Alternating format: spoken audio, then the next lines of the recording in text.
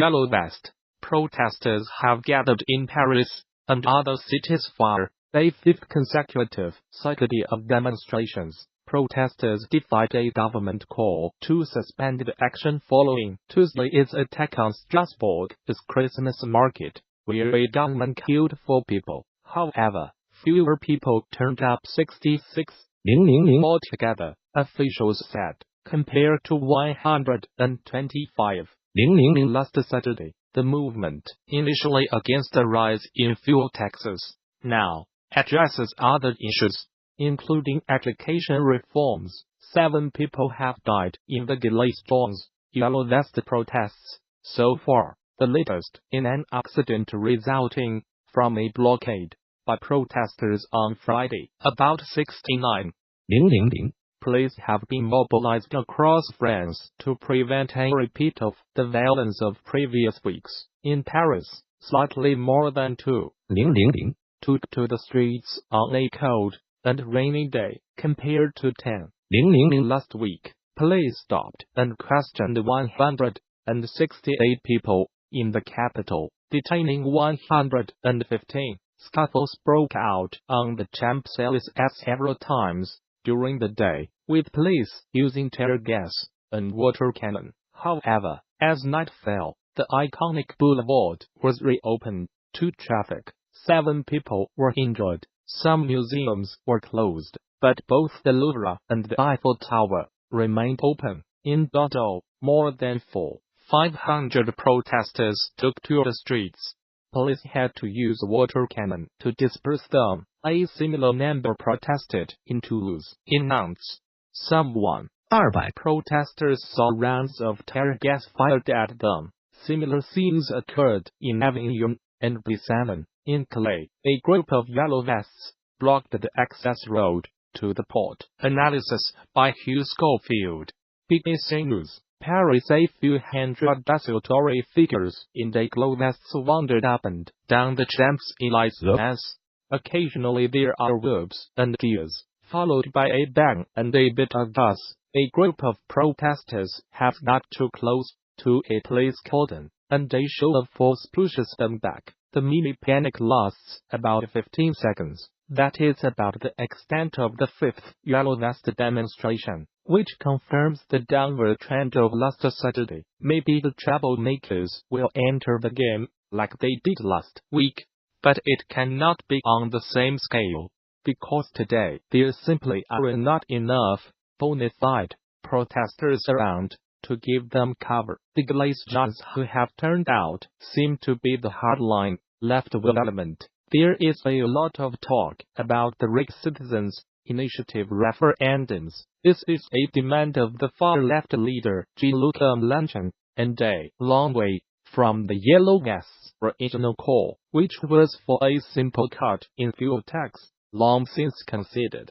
The movement, or at least the Saturday protest movement, is shrinking and hardening. The impact of the demonstrations has been keenly felt in France. The government has been forced to bow to pressure and adjust its economic course. President Emmanuel Macron responded to the nationwide street protests by scrapping an unpopular fuel tax rise and promising an extra $114 a month for minimum wage earners and tax cuts for pensioners. However, it is far from clear that he has done enough to diffuse public anger. The protesters adopted the name after a social media campaign urging people to take to the streets wearing the high-visibility yellow jackets that must be carried in every vehicle in France. They were initially protesting against a rise in duties on diesel, which is widely used by French motorists and has long been less heavily taxed than other types of fuel.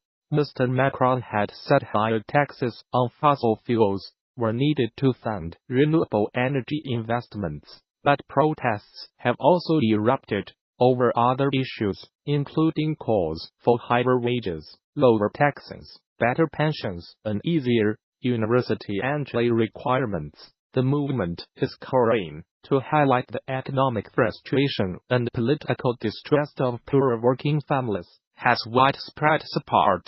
Parents of a teenage boy who took his own life have complained after their Catholic priest criticized him at the funeral for killing himself.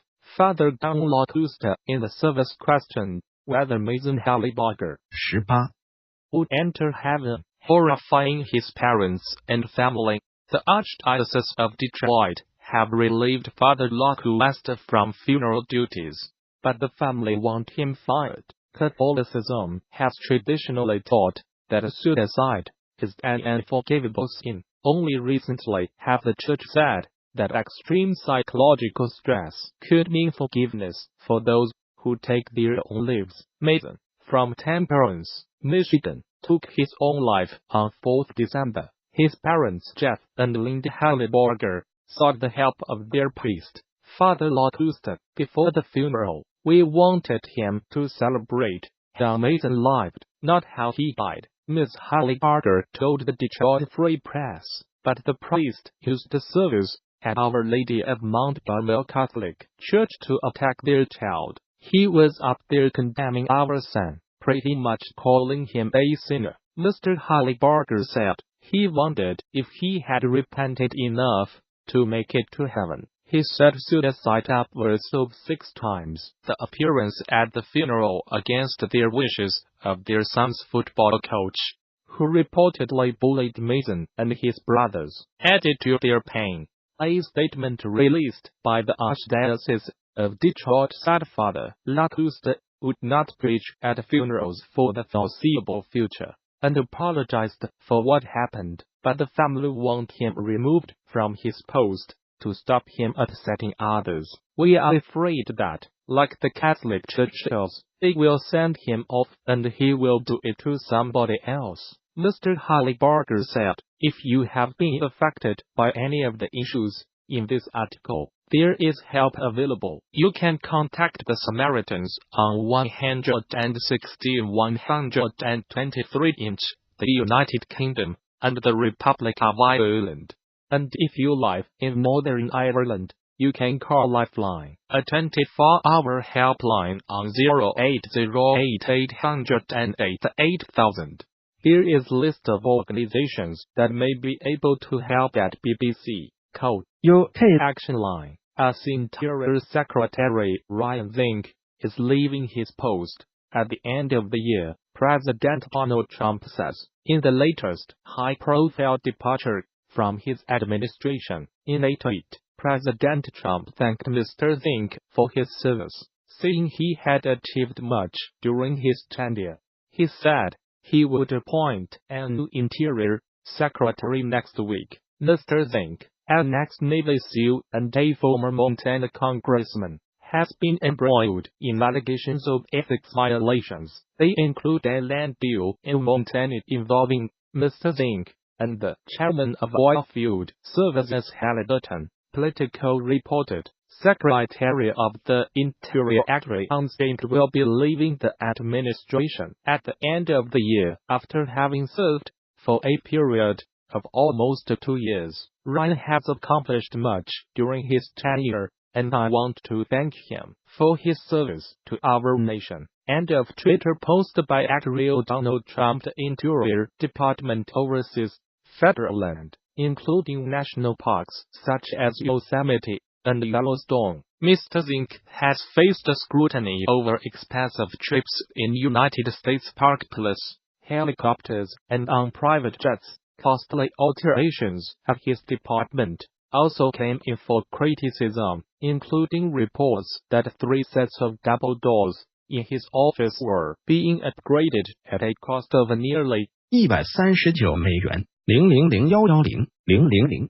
He later said he had negotiated the price down to $75,000,000. The New York Times has also published a guide to the investigations into Mr. Zinke. According to the newspaper, he is facing scrutiny for blocking a Native American casino expansion after meetings with lobbyists opposing the plan, and for possible breaches of the Hatch Act, which stops federal employees from influencing elections by using their office. Mr Zinke has promoted oil drilling and coal mining, and worked to roll back environmental protections brought in under President Obama. Chuck Schumer, the Senate's most senior Democrat, was blunt in his condemnation. The swamp cabinet will be a little less foul without him, he tweeted. Ryan Zinke was one of the most toxic members of the cabinet in the way he treated our environment, our precious public lands, and the way he treated the God, like it was his personal honeypot.